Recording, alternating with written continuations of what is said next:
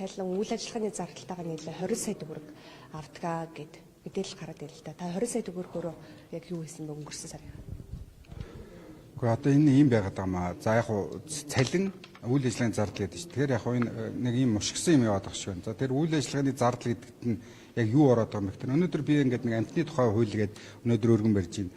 За дахиад баяр наадмын тухай хууль. За дахиад энэ одоо орон нутгийн эрх мэдлийг нэмэгдүүлэх гэдэг ингээд олон хууль ингээд өргөн барих гэдэг ингээд бэлдэж байна л. Гэтэл зөвхөн энэ одоо баяр наадмын тухай хууль, за нэгжийн тухай хуулийн энэ нэг одоо үзэл баримтлал, за ингээд энэ тооцоо судалгаа хийх гэдэг ингээд бас нөхдүүдтэй уулзах дээр 100 сая төгрөг нэгж байгаа байхгүй. За одоо энэ судалгааг хийлгээд ингээд хуульчин зөвхөн одоо жишээлх юм бол нэг хүн хийдгүү хуульчин маш олон юм алдан том баг ажиллаж иж маш олон тооцоо судалгаа бүхэл эрсдэл хүчин зүйлүүдийн цааш нь энэ хууль батлагдсанараа ямар давуу байдал үүсгий, энэ нь Монгол улсын ард иргэдэд ямар хэрэгтэй ингэх зэрэгээр маш олон нэг хүн байтугай нэг баг хийдгүү нэлээд олон юм баг хийдэг ийм ажил юм байна. Гэтэл зөвхөн одоо энэ Улаанбаатар хотод одоо ингээд одоо бүх эрх мэдлийг төвлөрүүлснээс болоод энэ хөдөө орон нутаг хөгжихгүй байна. Хөдөө орон нутагт эрх мэдлийг одоо энэ томилгооны эрх мэдэл, санхүүгийн эрх мэдэл, за бусад одоо энэ тогтоол журмуудын эрх мэдлийг өгснөөрөө ямар давуу байдал үүсхийн, хөдөө орон нутагт ямар хөгжил ирэх гэдэг зөвхөн энэ судалгааг хийлгэхэд 100 сая төгрөг гэж байгаа байхгүй. Тэгэл тэр чинь одоо би жишээлх юм бол 20 сая төгрөгийн энэ одоо юунасаа өгөөл үлдсэний одоостой өөрийнхөө хармаанаас ингээл өгөө явж.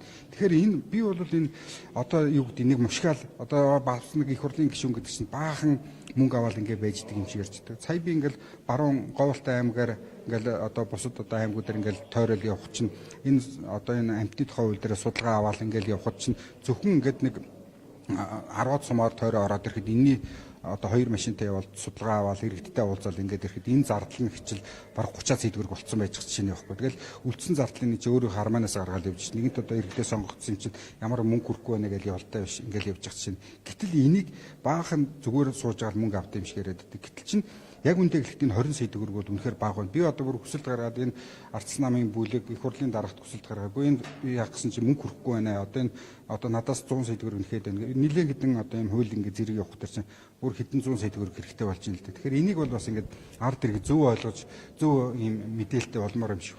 Тэгэхгүй бол зүгээр нэг сайхан ямбалж хөвтчгээд ингээд тэр баг 20 сая төгрөг авчихна гэдэг ийм л мушгсан юм яваад.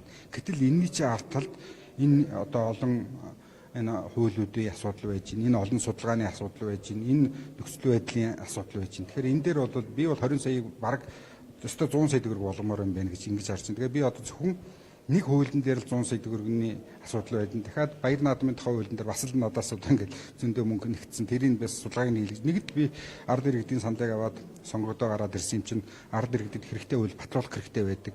Гэтэл энэний чинь тооцоо судалгаа, энэний чинь нөлөөллийг 100% ингэж одоо тооцож энэ хууль батлагдж ард иргэдэд үр өгөөж өгнө шүү дээ. Тэгэхгүй тэгэл сэтгэлийн аюугаар нэг хэдэн өгүүлбэр нийлүүлж бичээд хууль баталдаг юм шиг.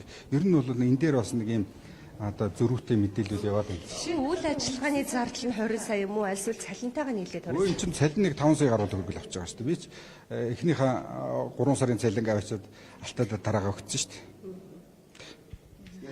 Одоо жишээ